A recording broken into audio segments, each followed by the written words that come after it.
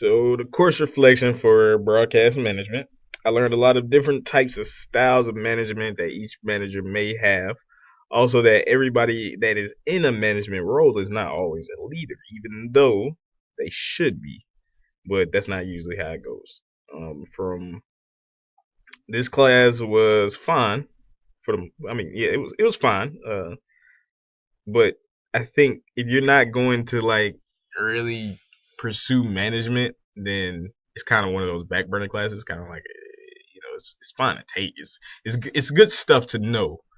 Because I mean, you never know what position you may end up in. So I mean, always having the information is very it's knowledgeable. But for me, I don't have any desire to pursue management.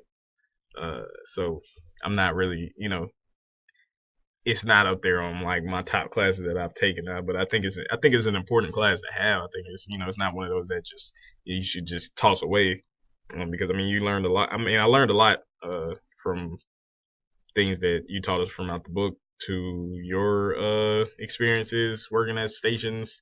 So I mean it's a good class to have, but I think if you're not really like pursuing it, then it isn't it isn't something that you're gonna harp on too long.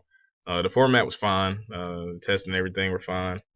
Taking, they weren't. It wasn't extremely hard.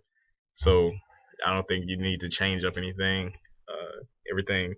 Everything else about the class, it wasn't too demanding. So it's nothing really need to do to it. It was a fine course to take, and I learned things from it. I'm not walking away not knowing new things about it. So that's a good thing.